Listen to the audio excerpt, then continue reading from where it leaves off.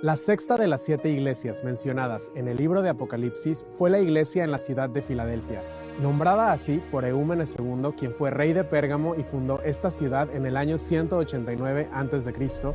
en honor a su hermano Átalo II, quien tenía el sobrenombre de Filadelfos.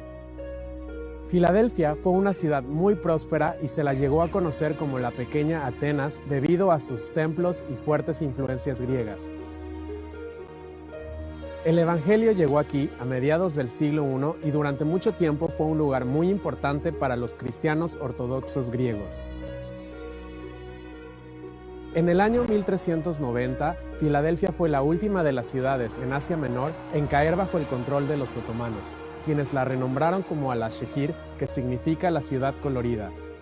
Alaşehir se encuentra en el valle de Kusuchay, al pie de la montaña Bozdağa. Esta ciudad cuenta con una población de 105,000 habitantes y tiene 140 mezquitas. La economía de esta región se basa en la agricultura y principalmente en el cultivo de la vid. Durante la guerra grecoturca a principios del siglo XX, los cristianos que vivían aquí huyeron al norte de Atenas, la capital griega, y ahí fundaron un barrio al que llamaron la Nueva Filadelfia. Tristemente, en la actualidad no hay ni un solo discípulo de Jesús en este lugar y por consiguiente no hay ninguna congregación cristiana, pero creemos que Dios va a terminar lo que Él comenzó en este lugar y oramos que muy pronto los habitantes de Alaşehir experimenten la salvación de Cristo. Buenas tardes a todos, sean todos bienvenidos a la casa del Señor. Me gustaría empezar con una oración para comenzar el servicio, pero específicamente vamos a orar por la iglesia, por la ciudad de Filadelfia.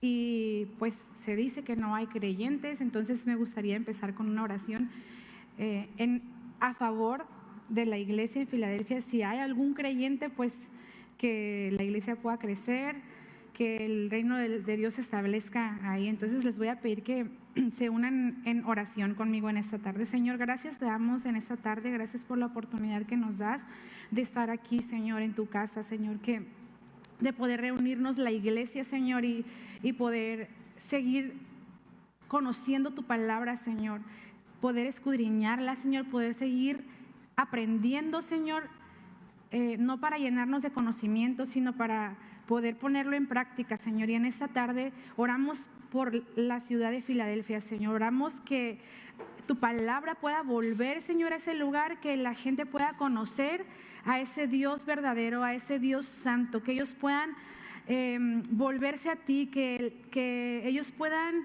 tener la oportunidad de ser salvos como nosotros la hemos tenido, Señor. Y hoy nos unimos en oración, Señor, todos los que estamos aquí pidiéndote por la salvación de esa ciudad, Señor, orando que tú algún día les hablaste a ellos, te manifestaste a ellos y les dejaste palabras de esperanza, les recordaste de qué estabas orgulloso de ellos, y oramos para que los creyentes que viven ahí o las personas que viven ahí puedan encender ese fuego y puedan retomar esta palabra que tú dejaste para ellos y que la puedan creer y la puedan abrazar y la puedan poner en práctica, Señor. Y a nosotros que nos estás dando este conocimiento, nos ayudes a poder enfocarnos en los tiempos perfectos y poner en práctica lo que tú tienes para nosotros hoy, y que podamos también compartir a aquellos que lo necesitan, Señor.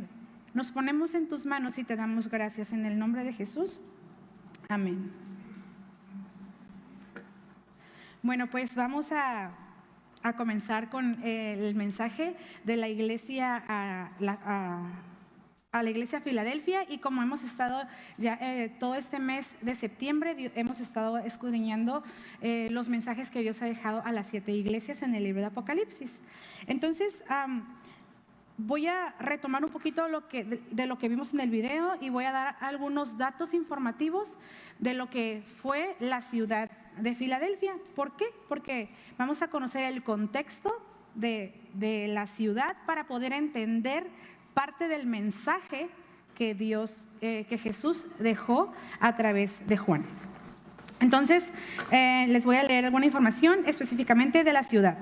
Entonces dice, Filadelfia significa amor fraternal. Era la más joven de las 7 ciudades y fue originalmente fundada como un puesto misionero para el helenismo, o sea, la cultura de la antigua Grecia.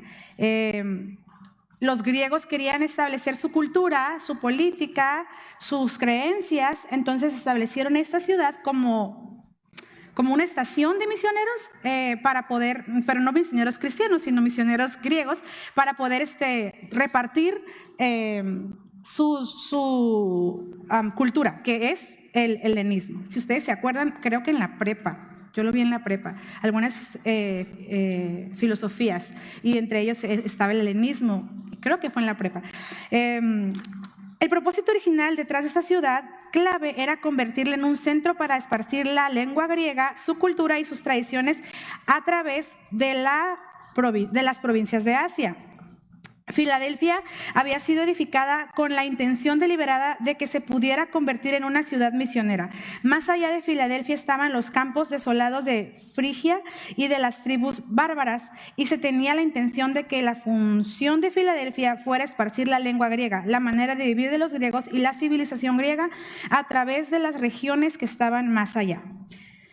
Me suena mucho como cuando los españoles vinieron y conquistaron América y establecieron su religión, su cultura, y pues nosotros abrazamos todo eso, y pues ahora el catolicismo y todo eso se estableció gracias a ellos. Aquí era pues el griego. La ciudad estaba ubicada encima de una placa tectónica que le llevó a sufrir continuos terremotos. En el año 17 después de Cristo, Filadelfia fue destruida por completo a causa de uno de ellos, siendo reconstruida por Tiberio. Como resultado de esto, quienes sobrevivieron tenían miedo y la mayoría vivía fuera de sus murallas y otros emigraron. Bueno, ese es el contexto súper general de lo que era la ciudad de Filadelfia.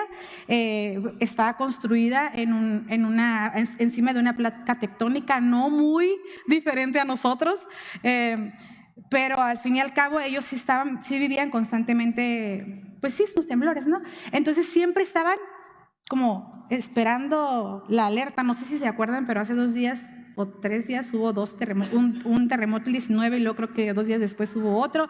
Suena la alarma y la gente ya está como al pendiente, ¿no?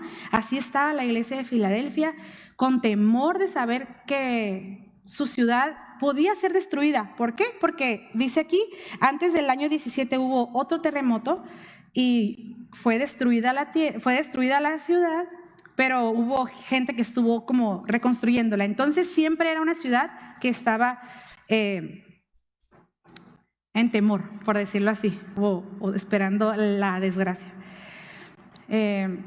Vamos a empezar a leer donde estamos enfocados, que es Apocalipsis 3, 7 al 13. Ahí, si tiene su Biblia, usted puede ir leyendo lo que vamos a estar, el pedacito que vamos a estar abarcando. Y dice, bueno, antes de leer esa parte, quiero recordarles que anteriormente a las cartas que se escribieron en el Apocalipsis, hay otras cartas que se escribieron en el Nuevo Testamento, las cartas paulinas, las epístolas, todo eso, ¿verdad? Y esas cartas fueron escritas pues por Pablo. Entonces, se dice que los 4 evangelios, así nos los explicaron a nosotros, se dice que los 4 evangelios es como si tú te fueras a tomar un café con los 4 apóstoles y ellos están platicando lo que ellos vivieron con Jesús. Bien sencillo, ¿no? Pues nos vamos a juntar con Mateo, Marcos, Lucas y Juan en un cafecito y ellos nos van a platicar todo lo que ellos vivieron. Pero en el libro de Apocalipsis es como si nosotros nos sentáramos en un cafecito con Dios, y es Dios revelándonos a su Hijo Jesús. Ya no son los apóstoles, ahora es Dios revelándonos a Jesús. Pero los mensajes de la iglesia es Jesús hablándole a la iglesia a través de Juan. Entonces, se me hace muy interesante, muy impresionante cómo cómo después de recibir la palabra de parte de un hombre, de Pablo y de los diferentes personajes que escribieron el Nuevo Testamento, al final es Dios y Jesús hablándonos a la iglesia. Qué bonito. Ellos no... Pedro, Pablo, todos ellos, Mateo, recibieron a Jesús en persona, pero por ejemplo, anteriormente no conocieron lo que está escrito ahora en la Biblia, y eso nos corresponde a nosotros y tenemos ese privilegio de tener la palabra de Dios para nosotros. Jesús está dejando un mensaje para esas iglesias, pero vamos a tomar en cuenta que podemos leer la Biblia con varios objetivos. La podemos leer históricamente, o sea, podemos conocer el contexto, la estructura y el panorama general en cada libro de la Biblia. Específicamente hoy lo vamos a ver con la iglesia de Filadelfia. También vamos a leerlo con un enfoque con la relevancia de cada libro para los últimos tiempos o para estos tiempos, porque estamos viviendo, nosotros somos los últimos tiempos o el principio de los últimos tiempos, ya lo estamos viviendo ahorita, no es como para el futuro, ya es para nosotros. Y también vamos a buscar la aplicación atemporal. La Biblia es atemporal, puede estar aplicada para el pasado, para el presente y para el futuro. Entonces vamos a buscar las facetas de Dios reveladas en el libro, en esta parte de nosotros que vamos a leer el mensaje a la iglesia de Filadelfia, y cuál es nuestro lugar en la historia, en esa historia. Eso es lo que, como mi enfoque y el enfoque que debiéramos de nosotros buscar cuando estamos leyendo cada libro de la Biblia. ¿Por qué? Porque la Biblia, recuerden que la Biblia es eterna y la Biblia es para todos y la Biblia no pasa, y lo que vivió el pueblo de Israel, ahora nosotros podemos ponerlo en práctica y aprender de ello. Entonces dice Apocalipsis 3:7, escribe al ángel de la iglesia en Filadelfia. Esto dice el santo y verdadero, el que tiene la llave de David, el que abre y ninguno cierra, y cierra y ninguno abre.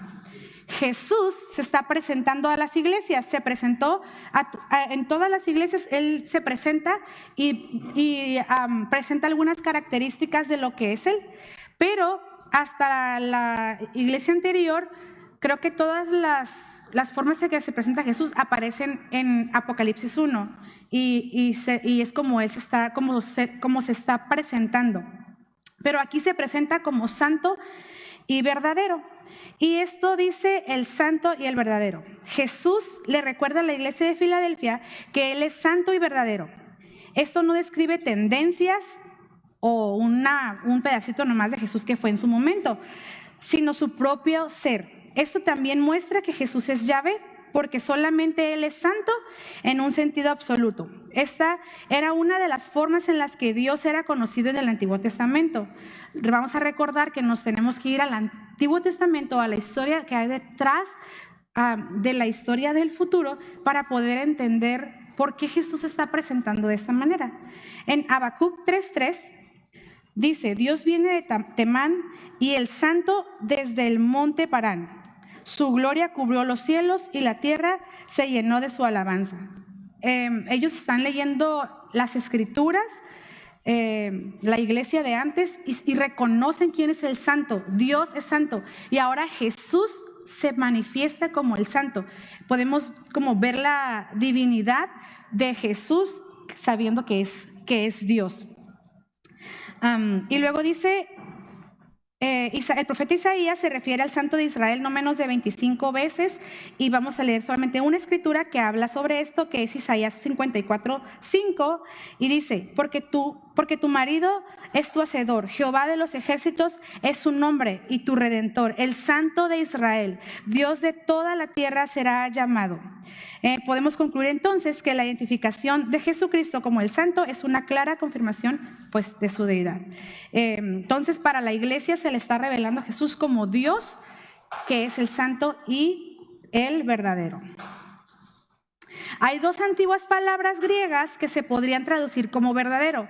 Una significa que no es falso y la otra que no es irreal. La antigua palabra griega utilizada aquí para hacer referencia a verdadero es la segunda, que es aletinos, que es la que expresa la idea de real o genuino. Jesús es verdadero en todo lo que Él es Dios real y el hombre real. Y ahorita vamos a ir como encajando toda esa información en el mensaje a la iglesia. También Jesús se presenta, dice, el que tiene la llave de David, el que abre y ninguno cierra, y cierra y ninguno abre. Y dice así, como en ocasiones anteriores, el Señor sirve de un personaje del Antiguo Testamento para expresar su mensaje a una iglesia. Y en esta ocasión la cita proviene del profeta Isaías, de Isaías 22. Y dice, de Isaías 22. Y pondré la llave de la casa de David sobre su hombro, y abrirá y nadie cerrará, y cerrará y nadie abrirá. Entonces vamos a leer Isaías 22, porque vamos a conocer la historia de por qué Jesús se hace llamar en esta característica el que tiene la llave de David. Y dice, en los días del profeta Isaías gobernaba el rey Ezequías. Y el título de Isaías 22 dice, Sebna será sustituido por Eliakim. Jehová de los ejércitos dice así, decía Isaías, ve, entra a este tesorero, a Sebna, el mayordomo, y dile, ¿qué tienes tú aquí o quién tienes aquí que labraste aquí sepulcro para ti, como el que en un lugar alto labra su sepultura, o el que esculpe para sí morada en una peña? He aquí que Jehová te transportará en duro cautiverio y de cierto te cubrirá el rostro. Te echará a rodar con ímpetu como a bola por tierra extensa. Allá morirás y allá estarán los carros de tu gloria, oh vergüenza de la casa de tu Señor. Y te arrojaré de tu lugar y de tu puesto te empujaré.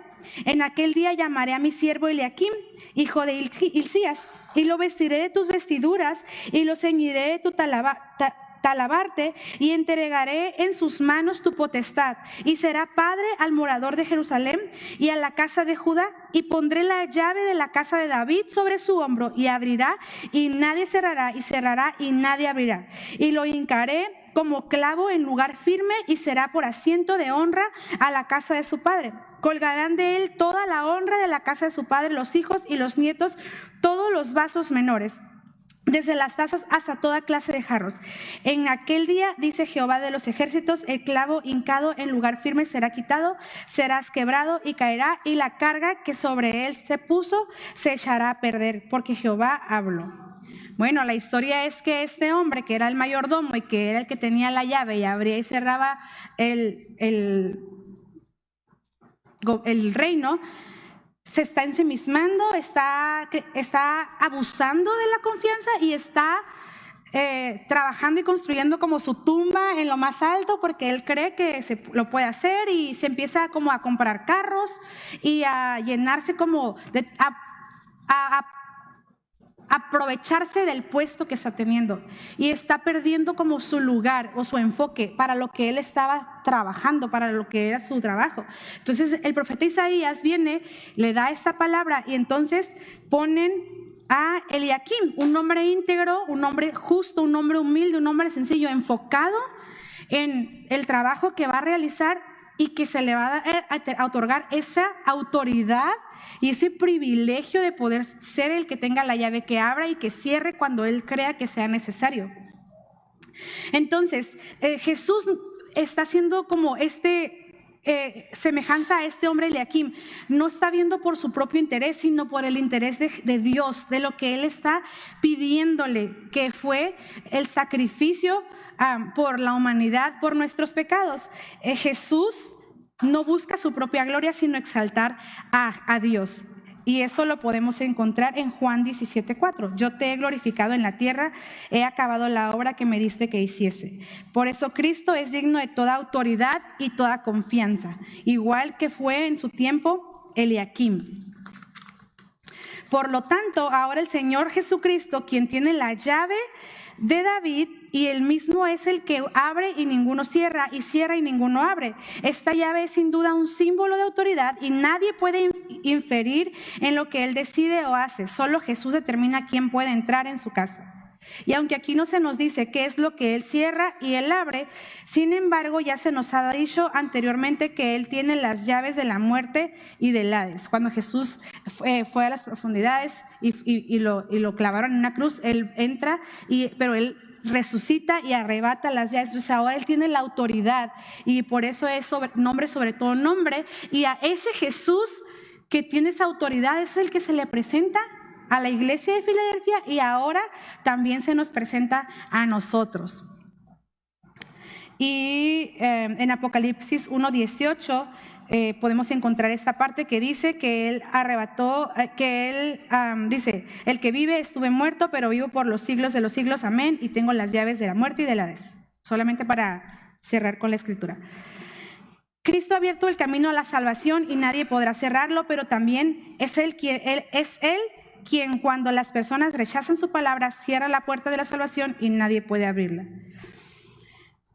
Y también hay una referencia en el Antiguo Testamento y que a mí me llamó mucho la atención cuando lo leí, porque dice, en relación a esto último debemos recordar la forma en la que Dios mismo cerró la puerta del arca de Noé para que nadie más pudiera entrar en ella. Eso lo encontramos en Génesis 7:16.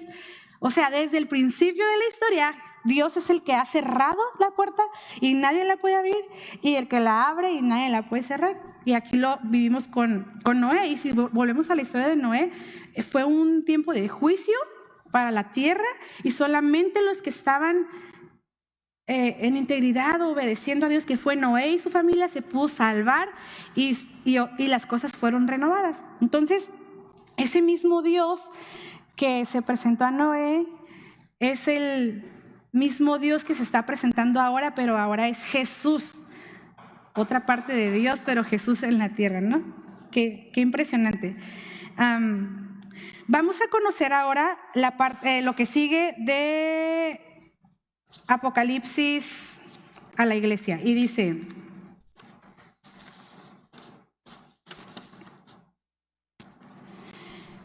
bueno, aquí vamos a conocer las características de la iglesia. Y dice: he aquí, he puesto delante de ti una puerta abierta, la cual nadie puede cerrar. Que aquí nadie puede cerrar, porque aunque tienes poca fuerza, has guardado mi palabra y no has negado mi nombre. Las características de la iglesia es que tienen una puerta abierta delante de ellos.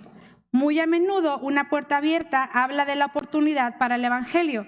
Y 1 Corintios 16:9 dice: porque se me ha abierto una puerta grande y eficaz, aunque muchos son los adversarios.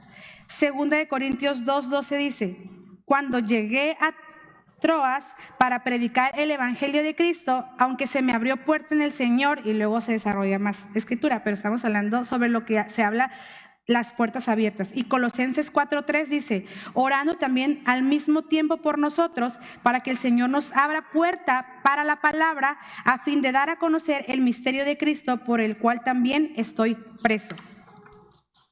Jesús le dice que Él ha abierto una puerta de oportunidad para que evangelicen y deben de pasar por esa puerta con fe. En su historia, Filadelfia tenía un gran llamado evangelistero. La ciudad tenía la misión de esparcir la cultura griega y su lengua hacia toda la región. Ahora Jesús les abre una puerta para que puedan esparcir la cultura de su reino hacia toda la región.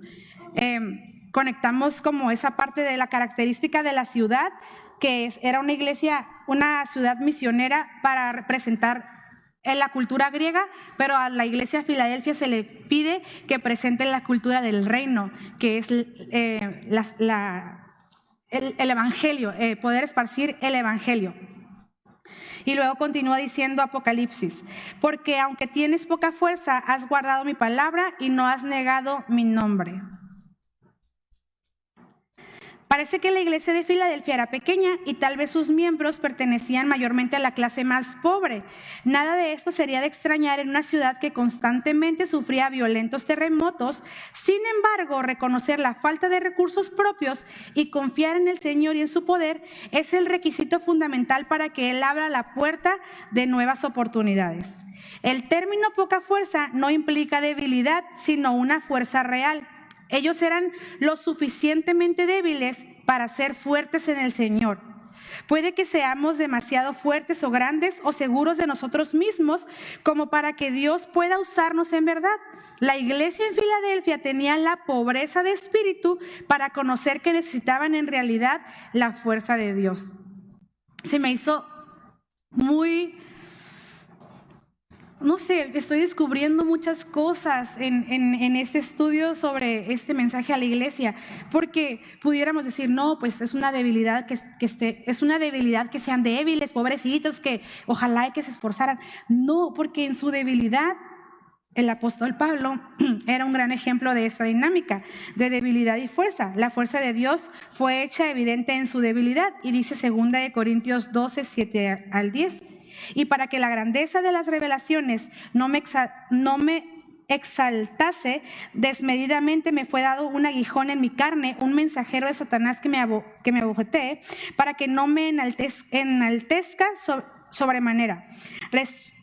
Respecto a lo cual 3 veces he rogado al Señor que lo quite de mí, y me ha dicho, bástate mi gracia, porque mi poder se perfecciona en la debilidad.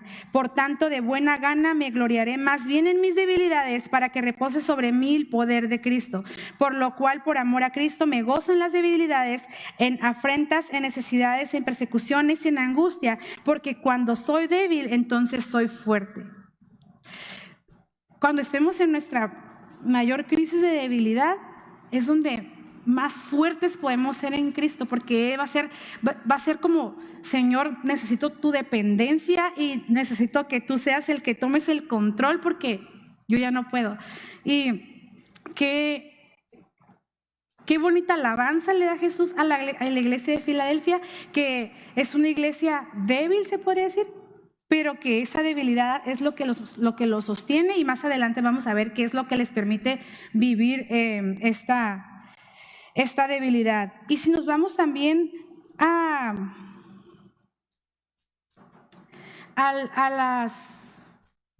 Sermón del Monte, también se nos habla del pobre de espíritu, y se nos dice que es bienaventurado, que somos dichosos, que somos bendecidos por ser pobres de espíritu, porque cuando uno es pobre de espíritu es humilde, reconocemos que necesitamos de Dios, que necesitamos aprender, que si alguien nos reprende no es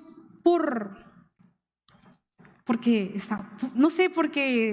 son malos con nosotros, sino porque nos aman y porque Jesús así lo ha hecho, así lo ha hablado para nosotros, que seamos, que podamos aprender a escuchar, cuando se nos reprende, porque así vamos a aprender. Y es quitarnos el egoísmo, es quitarnos el enaltecernos y creernos que sabemos todo y que somos más que alguien más.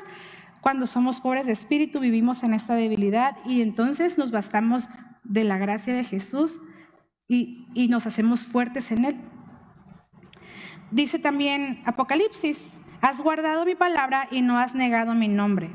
De los creyentes en Filadelfia, el Señor Jesucristo dice que habían guardado su palabra. Al fin y al cabo, lo que debe caracterizar al pueblo de Dios es su obediencia a la palabra. Y el mes pasado estuvimos hablando de la serie Oh Dios, cuánto amo yo tu ley, y se nos hablaba de que nosotros debíamos de guardar la palabra, y guardar la palabra no significaba guardarla en una bolsita, sino obedecerla, atesorarla en nuestros corazones y obedecerla, ponerla en práctica. Ellos guardaron la palabra, la obedecían y no negaron su nombre.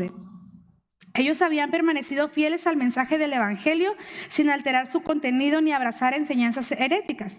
Por supuesto, este es uno de los propósitos principales de Satanás al atacar a la iglesia, quitar de ella la palabra de Dios o diluirla mezclándola con otras cosas. Y esta iglesia se nos presenta como un ejemplo de pureza en ese sentido.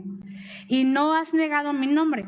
La iglesia en Filadelfia también era fiel a Jesús y a su palabra. La idea detrás de no has negado mi nombre no es solamente que expresaban su alianza con Jesús, sino que vivían de tal manera que eran fieles al nombre y al carácter de Jesús. Se mantenían fieles a Él y seguían los principios de Jesús. Parece que en algún momento los creyentes ahí habían sido tentados a negar el nombre de Cristo, pero no habían caído en ella.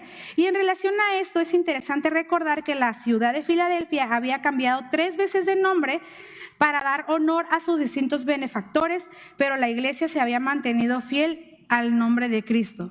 Entonces, cuando Jesús resalta esta parte de no has negado mi nombre, y ves que la iglesia, la ciudad cambió de nombre 3 veces porque 3 personas diferentes aportaron economía para que fuera reconstruida cada vez que había un temblor, pues era fácil cambiar de nombre y representar al que estaba en ese momento dando el beneficio. La iglesia de Filadelfia se quedó con el nombre de Jesús de principio a fin y fueron fieles al nombre de Cristo. Vamos a pasar a Apocalipsis 3:9 y dice: he aquí, yo entrego de la sinagoga de Satanás a los que se dicen ser judíos y no lo son, sino que mienten. He aquí, yo haré que vengan y se postran a tus pies y reconozcan que yo te he amado. Vamos a encontrar aquí varias promesas para la iglesia en Filadelfia. La iglesia en Filadelfia había encontrado la oposición de los judíos. Aquí se explica que eran judíos solo de nombre, quizá racial, cultural y ceremonialmente, pero no espiritualmente. Al fin y al cabo, los verdaderos judíos son aquellos que creen que el Señor Jesucristo es el Mesías. Vamos a recordar que la iglesia de Filadelfia eran gentiles, no pertenecían al pueblo de Israel. Entonces, ahí había judíos pues que se creían que eran como los chacas, ¿no? Los que te recibían como el beneficio de Jesús de Dios, y no aceptaban a la iglesia de Filadelfia. Entonces había como una persecución para la iglesia de Filadelfia. Pero aquí Jesús les está diciendo que va a entregarles de la sinagoga de Satanás a los que se dicen ser judíos y no lo son. Y para sellar con la palabra esta parte de los judíos que solo son de nombre, está Romanos 2:28 y 29. Dice: pues no es judío el que lo es exteriormente, ni es la circuncisión la que se hace exteriormente en la carne, sino que es judío el que lo es en el interior, en lo interior, y la circuncisión es la del corazón en espíritu, no en letra, la alabanza del cual no viene de los hombres, sino de Dios. Y Romanos 9:6 al 9 dice: no que la palabra de Dios haya fallado, porque no todos los que descienden de Israel son israelitas, ni por ser descendientes de Abraham son todos hijos, sino en Isaac te será llamada descendencia. Esto es, no los que son hijos según la carne son los hijos de Dios, sino que los que son hijos según la promesa son contados como descendientes, porque la palabra de la promesa es esta: por este tiempo vendré y Sara tendrá un hijo. Entonces, esto no quiere decir que ya nosotros somos israelitas o que pertenecemos. No, nosotros somos injertados en la historia y somos beneficiados por la gracia de Jesús, pero el pueblo de Israel rechazó esta gracia o a Jesús y no lo aceptaron. Entonces ahora nosotros tenemos esa oportunidad, y entonces se voltean los papeles, porque ahora nos corresponde a nosotros los gentiles predicar el evangelio para que ellos puedan creer en que Jesús, el Mesías que ellos esperan, ya estuvo aquí, ya se presentó como el Mesías, y lo que ellos están esperando ya pasó. Entonces nos corresponde a nosotros presentar este evangelio. Y a la iglesia de Filadelfia se le afirma esta parte, y ahora los que un día lo rechazaron a la iglesia de Filadelfia, dice la escritura, van a llegar a recibir el conocimiento de la palabra. Y dice Apocalipsis: he aquí, yo haré que vengan y se postren a tus pies y reconozcan que yo te he amado. No van a venir a postrarse delante de la iglesia de Filadelfia, no se van a postrar ante los cristianos, van a postrarse ante Dios. Tanto la iglesia de Filadelfia como esos judíos que iban a regresar se van a postrar ante Dios, porque lo van a reconocer a Él y juntos van a creer en Jesús.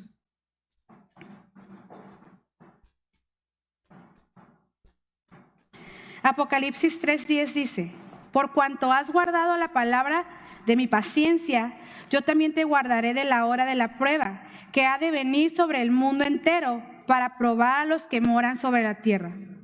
Te guardaré de la hora de la prueba que ha de venir sobre el mundo entero. Jesús también les promete protección de la hora de la prueba que vendrá sobre el mundo entero. Y esto fue lo que yo encontré y se los quiero compartir. La mayoría de los eruditos de la Biblia ven esta hora de prueba como una referencia profética de las aflicciones mesiánicas, la gran tribulación, la cual le precede al reino terrenal de Jesús. Jesús promete que guardará a estos cristianos de la hora de la prueba, para probar a los que moran sobre la tierra. La prueba está dirigida en contra de los que moran sobre la tierra. Y esta frase es utilizada 9 veces en el libro de Apocalipsis y habla de aquellos que no son salvos en Jesús. Apocalipsis 17:8 dice: la bestia que ha visto era y no es, y está para subir del abismo e ir a perdición, y los moradores de la tierra, aquellos cuyos nombres no están escritos desde la fundación del mundo en el libro de la vida, se asombrarán viendo la bestia que era y no es y será. Hace que la expresión anterior sea sinónimo de lo perdido, y los moradores de la tierra, aquellos cuyos nombres no están escritos desde la fundación del mundo en el libro de la vida. Esta prueba es para los incrédulos y no para los cristianos. Entonces, vamos a estar viviendo la prueba o esos tiempos difíciles junto con los que no están en el libro de la vida o no son creyentes, pero a los que están en este tiempo, Jesús los va a guardar. Y vuelvo a retomar: te guardaré de la hora de la prueba. Esta promesa implica un escape antes de la gran tribulación o promete protección dentro de ella. Cada tendencia interpretativa cree que este pasaje soporta físicamente su posición.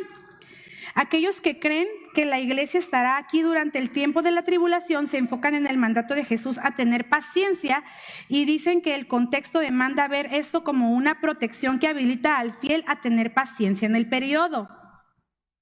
Aquellos que creen que Jesús vendrá por su iglesia antes de este tiempo de gran tribulación entienden que la protección prometida es de la misma hora de la prueba, no solamente de la prueba. También señalan el cataclismo mundial ineludible que se precede en la gran tribulación.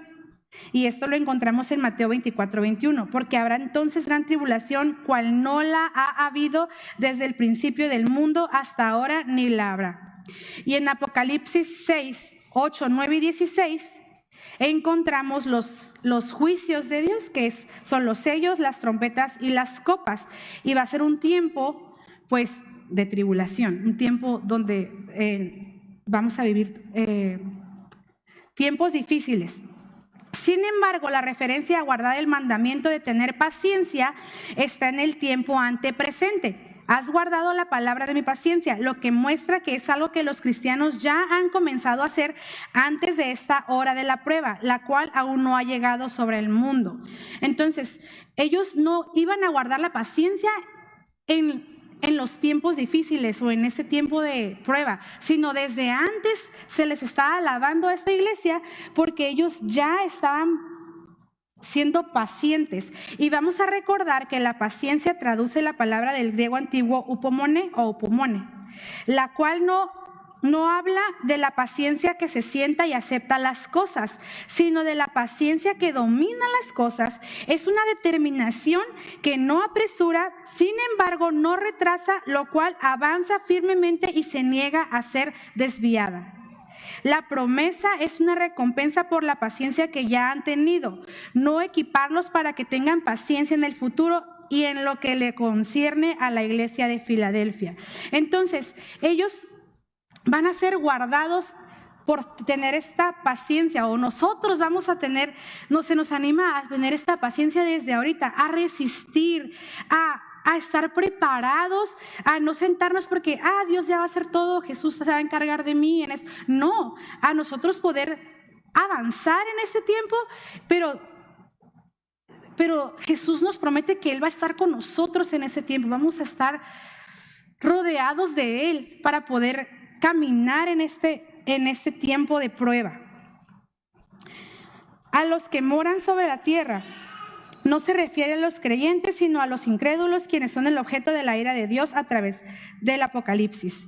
Y los cristianos somos diferentes, aunque caminamos en esta tierra, nuestra morada está en el cielo. Hemos sido sentados en los lugares celestiales con Jesús. Efesios 2:6 dice, y juntamente con Él nos resucitó y asimismo nos hizo sentar en los lugares celestiales con Cristo Jesús. Nosotros no somos de los que moran sobre la tierra, nuestra vida está escondida en Jesús. Colosenses 3:3 nos dice, porque habéis muerto y vuestra vida está escondida con Cristo en Dios. Y Filipenses 3:20 dice, mas nuestra ciudadanía está en los cielos, de donde también esperamos al Salvador y al Señor Jesucristo. Entonces, con esta palabra, con esta esperanza que tenemos como hijos de Dios, que nuestra ciudadanía no está en esta tierra, cuando vengan estos tiempos de prueba, los juicios, los sellos, nosotros debemos de animarnos y glorificar a Dios si es que estamos en este tiempo,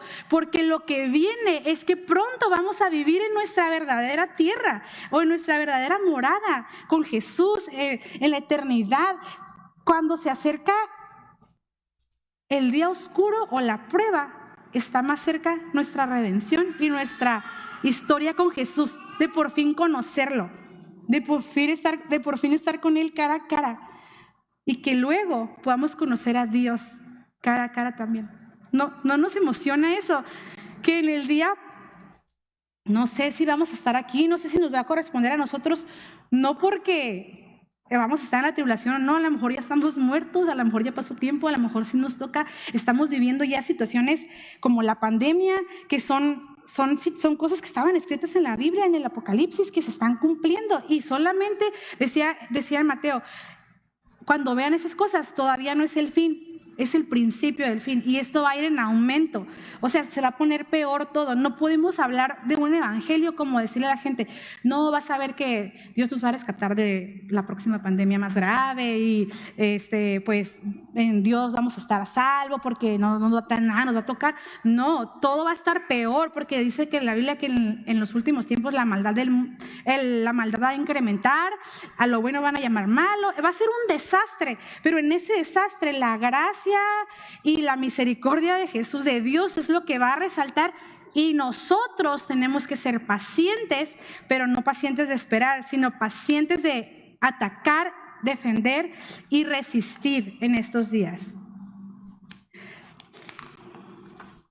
Luego dice Apocalipsis 3:11, he aquí yo vengo pronto, retén lo que tienes para que ninguno tome tu corona. Primero, la iglesia en Filadelfia debe de recordar que Jesús viene pronto. La iglesia de Filadelfia, y como Jesús todavía no ha venido, para nosotros también aplica esto, Jesús viene pronto. Y ellos se deben de preparar para su venida. La expresión pronto debe ser entendida como algo que será repentino, sin esperarse, no necesariamente inmediato. Entonces no es como que cuando Jesús viene pronto no se refiere a que ya mañana pasado, pero que va a ser su venida es repentina y sin esperarse. Para esto nosotros debemos estar preparados. Retén lo que tienes. La iglesia en Filadelfia no se debe de apartar de su fundamento sólido, como está descrito en Apocalipsis 3:8. Y nosotros como iglesia de Cristo no podemos desaprovechar este fundamento que era como las características de la iglesia de Filadelfia, una oportunidad para evangelizar, confianza en Dios y fidelidad a Jesús. Nosotros debemos de fundamentar nuestra fe y fundamentar el estar preparados, siempre buscando esa oportunidad de hablarle a los demás para que conozcan la salvación. Confiar en Dios ante cualquier circunstancia, cualquier situación que se nos presente, y mantenernos fieles a Dios. Estas cosas pueden y deben de continuar entre la iglesia en Filadelfia, pero solamente sucederá si retienen lo que tienen, o sea, su fundamento, su base. Para que ninguno tome tu corona. Si ellos fallan en retener su corona, puede ser dada a otro. La idea no es que pudiera ser robada por otro, sino dada. Esta no es una corona de la realeza dada por derecho de nacimiento real. Esta es una corona de victoria. Jesús anima a sus santos a terminar su carrera con victoria, a jugar la segunda mitad con la misma fortaleza que jugaron la primera mitad. A nosotros se nos anima, siempre se nos está animando que nosotros corramos la carrera con paciencia, que nos esforcemos, que avancemos, que dejemos atrás todo lo que ya hemos recorrido y que nos esforcemos por lo que viene, que sigamos siendo fieles para ganar esta corona de victoria. Una recompensa que Jesús les da a ellos, pero que también nos da a nosotros. Y sí vamos a tener recompensas y galardones en el cielo y todo eso, pero más bien para que Jesús nos encuentre fieles, para que cuando venga ese día final, si es estar delante de Él, en el juicio, que Él nos pueda decir: buen siervo fiel, en lo poco fuiste fiel y en lo mucho te voy a poner, que vaya valido la pena nuestra vida cristiana aquí, el sufrimiento y todo lo que vivimos por amor a Jesús, para que Él nos encuentre dignos, para que Él nos encuentre fieles, para que Él se sienta orgulloso de nosotros. ¿Cuántos de nosotros queremos siempre la aceptación de alguien? Por ejemplo, en algún momento yo quería llenar a mis papás de orgullo. Yo estudié mi carrera y me esforcé y quise ser quien era para que mis papás se sintieran orgullosos de mí, para que mi esposo ahora se sienta orgulloso de mí, mis amigos, la gente que me rodea, y me esfuerzo cada día por su aprobación. No vivo para ser aprobada y de eso como depende mi vida, pero uno se esfuerza para poder ser una mejor versión, iba a decir, pero solamente vamos a ser la mejor versión de nosotros cuando nos sometamos a Jesús. No cuando nos esforcemos por nuestras propias fuerzas. Hasta que nos sometamos a Jesús vamos a ser la mejor versión de nosotros, porque entonces nos vamos a parecer a Él y entonces podemos representar a Jesús. Entonces hay que esforzarnos para poder tener esa corona de victoria. Nos vamos a ir a Apocalipsis 3:12. Al que venciere, yo lo haré columna en el templo de mi Dios, y nunca más saldrá de allí. Y escribiré sobre él el nombre de mi Dios y el nombre de la ciudad de mi Dios, la nueva Jerusalén, la cual desciende del cielo de mi Dios, y mi nombre nuevo. Al que venciere, yo lo haré columna. A los vencedores se les dice que serán una columna en el templo de Dios. Las columnas son ilustraciones de fuerza, estabilidad y de una digna belleza. La antigua ciudad de Filadelfia sufría de terremotos constantes.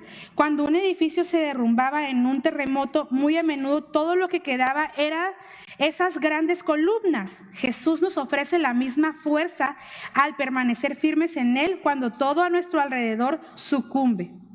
La columna sostiene al edificio y lo único que sostiene al pilar es el fundamento. Las verdaderas columnas en la iglesia sostienen a la iglesia y ellos ven a Jesús como su fundamento de soporte. Nosotros queremos ser esas columnas que están fundamentadas en Jesús y solamente Él es el que nos va a sostener cuando venga ese terremoto o cuando sucumbe, pudiera decir la tierra, pero nuestras vidas. Y yo creo que estamos en un tiempo donde el Señor está sirviendo la iglesia. Por lo menos sé que la iglesia de Vino Nuevo, y en este tiempo donde Él está sirviendo la iglesia para que lo malo salga, para que nosotros nos demos cuenta de lo que nosotros estamos haciendo mal, para que podamos tener esa oportunidad de reivindicarnos y levantarnos y poder caminar con ese fundamento que es Jesús. Y dice, y nunca más saldrá. El vencedor tendrá un lugar de permanencia y estabilidad con Dios, en contraste con un lugar no seguro en este mundo. Los ciudadanos de Filadelfia vivían en una vida trémula y sin asentarse. Cuando fuera que llegaran los temblores del terremoto, y estos llegaban muy frecuentemente, las personas de Filadelfia huían de la ciudad hacia el campo abierto, para escapar de los bloques que caían y de las piedras que volaban, lo cual acompañaba a los severos terremotos. Entonces, cuando la tierra estaba quieta otra vez, regresaban. En su temor, el pueblo de Filadelfia siempre andaba saliendo y entrando. Ellos siempre estaban huyendo de la ciudad y regresando a ella. Pero Jesús les dice que él que nunca saldrán de ahí. Ellos tenían ese temor siempre y estaban saliendo y entrando, y era como no había una estabilidad. Ellos entienden ahora esa parte donde Jesús les dice: yo voy a ser su estabilidad, yo los voy a sostener, aun cuando se esté derrumbando todo a tu alrededor.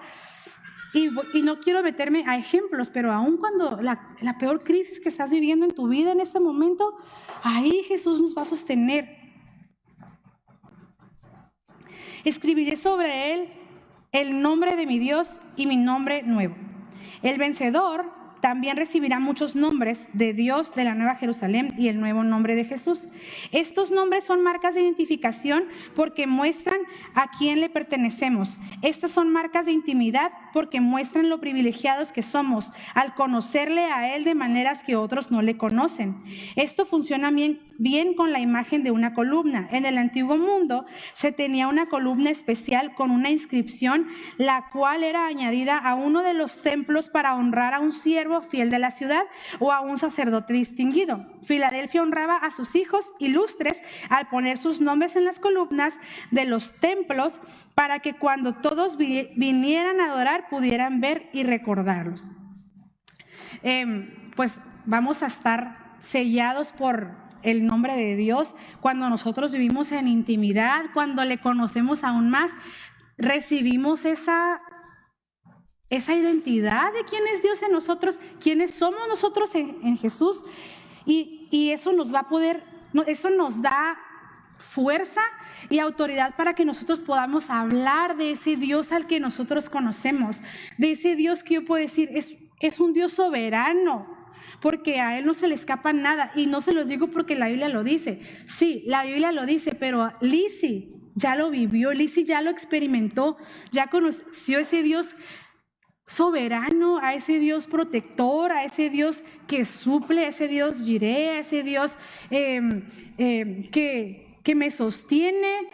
¿Por qué? Porque yo lo conocí en las Escrituras, lo leí, pero también lo he vivido en mi persona, y con esa seguridad les puedo decir que Dios es soberano, que Jesús es verdadero y es santo, que Él es el único que puede abrir las puertas. Y eso es lo que a mí me motiva y lo que nos debiera motivar a avanzar, porque nos esperan muchas cosas con Jesús, muchas cosas. Y no son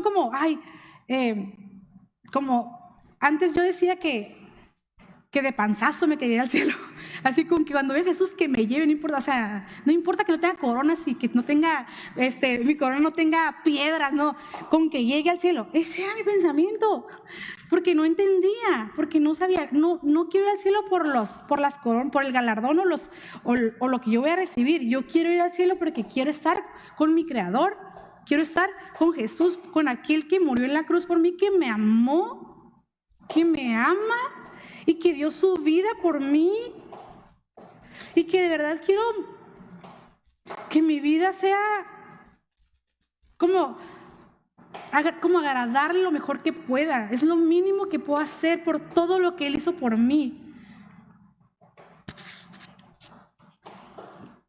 Pero ahora no sufro, ahora lo vivo con un deleite y me siento plena en esforzarme, en caminar. Se ha convertido en un deleite y en un deseo de poder vivir esto.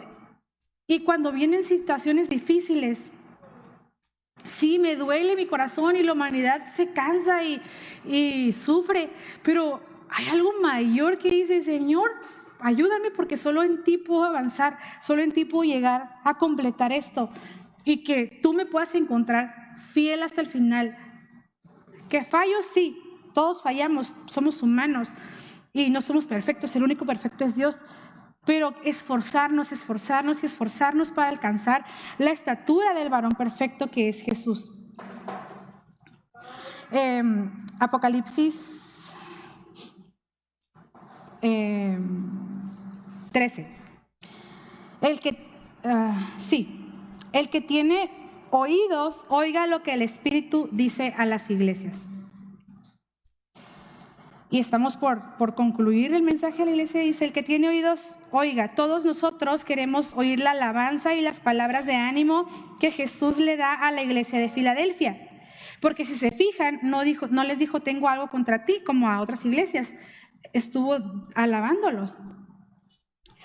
Si fuéramos como esta iglesia, deberíamos de mantenernos en su fundamento, el nombre de Jesús y su palabra. También debemos de depender de su fuente de fuerza que proviene de Jesús y no de ellos. Eso se lo aplicó a la iglesia de Filadelfia, pero ahora es para nosotros.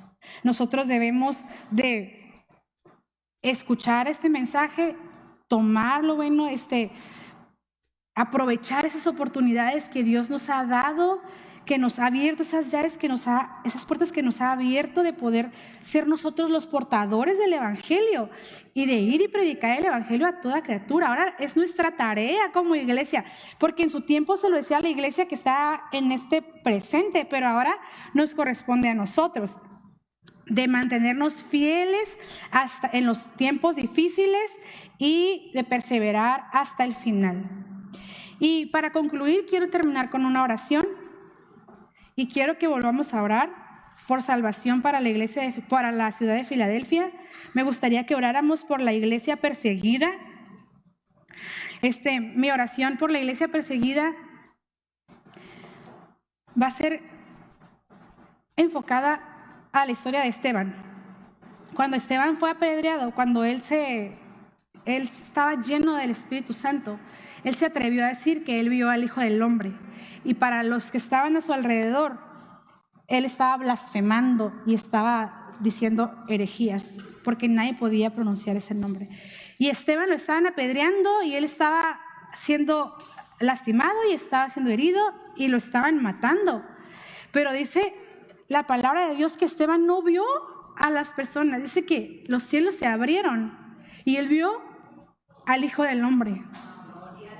Y nuestra oración en esta tarde va a ser por la iglesia perseguida, para que cuando ellos estén en la persecución, cuando estén viviendo sus días más difíciles, los cielos se abran para ellos y que puedan ver al Hijo del Hombre y que puedan ser sostenidos por Jesús y que puedan reconocer al verdadero, al santo, al fiel, al que abre una puerta y nadie la puede cerrar, o cierra una puerta y nadie la puede abrir, y que ellos puedan mantenerse fiel en estos tiempos y que pueda cumplirse este mensaje para ellos.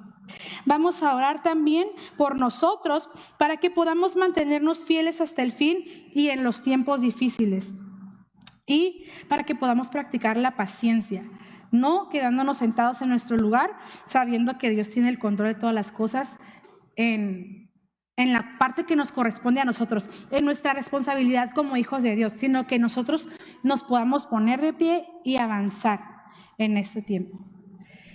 Les voy a pedir que se pongan de pie. Señor, te damos gracias en esta noche, gracias por tu amor, gracias por tu palabra, Señor, que se nos sigue revelando, Señor. Gracias por el mensaje que has dejado, que dejaste las iglesias en aquel entonces, pero que ahora es un mensaje para nosotros, Señor, para que podamos seguir esforzándonos, para que podamos seguir siendo fieles, para que podamos guardar tu palabra, para que podamos seguir proclamando el evangelio a toda criatura, para que nosotros podamos ser esos portadores de tu gloria, para que establezcamos tu reino, Señor, aquí en la tierra, Señor, para que podamos ser la persona de Jesús aquí, lo que Jesús hizo en su momento, ahora nosotros hacerlo y poner en práctica, Señor, todo lo que tú nos has dejado, Señor. Oramos, Señor, por la salvación en la ciudad de Filadelfia, Señor. Creemos que tú has dejado una promesa, Señor, para esa iglesia, y nosotros nos corresponde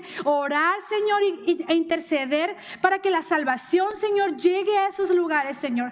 Si no lo vamos a hacer con nuestros pasos, Señor, que podamos hacerlo con nuestra oración de rodillas, bendiciendo a aquellos que están tomando el reto de ir y establecer tu reino, Señor, en esos lugares. Jesús, te pedimos que tú bendigas a la ciudad de Filadelfia, Señor, que tú puedas poner a ese lugar como lo era antes, un centro de distribución de misioneros cristianos, Señor, que puedan distribuir la palabra al resto del mundo, Señor, y que la palabra que entre ahí pueda ser el fundamento de la iglesia, Señor, de esta ciudad, Señor. Oramos por la iglesia perseguida, Señor. Oramos por aquellos que están sufriendo en este momento, Señor. Nosotros somos bendecidos, somos privilegiados de que podemos profesar lo que nosotros queramos, podamos creer en quien nosotros queramos y somos libres, Señor, pero sabemos que del otro lado del mundo y en algunas partes de México, Señor, hay gente que está sufriendo persecución. Dios, te pedimos que cada uno de ellos pueda ver al Hijo del Hombre, que pueda haber revelado a Jesús y que pueda ser fortalecido y que su fe pueda ser llenen sus corazones, que puedan soportar la persecución, que puedan soportar el dolor, que puedan ver más allá de lo que viene para ellos, de encontrarse con su Creador, por aquel a quien están dedicando sus sufrimientos, Señor. Bendícelos, Señor. Abrázalos, fortalécelos, Señor. No oramos para que los libres de eso. Si a ti te place librarlos, rescatarlos, hazlo, Señor. Pero que en este momento ellos puedan sostenerse firmes, Señor, en ti. Y que cuando llegue ese día para nosotros, Señor, tú nos encuentres fieles y que nosotros con autoridad y con fidelidad podamos decir que te servimos a ti, que te amamos a ti, que no vamos a negar nuestra fe, Señor. Ayúdanos a mantenernos fieles, Dios, y ayúdanos también a que podamos resistir en los tiempos difíciles, practicando la paciencia y guardando tu palabra, Señor, para que tú puedas cumplir, Señor, esa recompensa y podamos vencer en ti, Señor, no por nuestras propias fuerzas, Dios, sino sometidos a ti, dependientes de ti, que tú seas nuestro sustento y nuestro fundamento, Señor. Te damos gracias porque tú nos hablas con la verdad, porque nos confrontas, nos animas y nos motivas a seguir adelante, Señor. Oro por cada una de las personas que está aquí, Señor. Tú conoces su corazón. A cada uno de nosotros nos has hablado en lo general y en lo personal. Ayúdanos a analizarnos, a pasar lupa en nosotros y que podamos modificar todo aquello que no está centrado en ti, Jesús, que nuestros fundamentos se han desviado y los hemos puesto en otras cosas, que podamos poner nuestros ojos en el verdadero, en el santo, en el justo, en nuestro Salvador, en ti, Jesús, y que podamos parecernos a ti cada día más hasta el día de tu regreso, Señor. En el nombre de Jesús te damos gracias. Amén.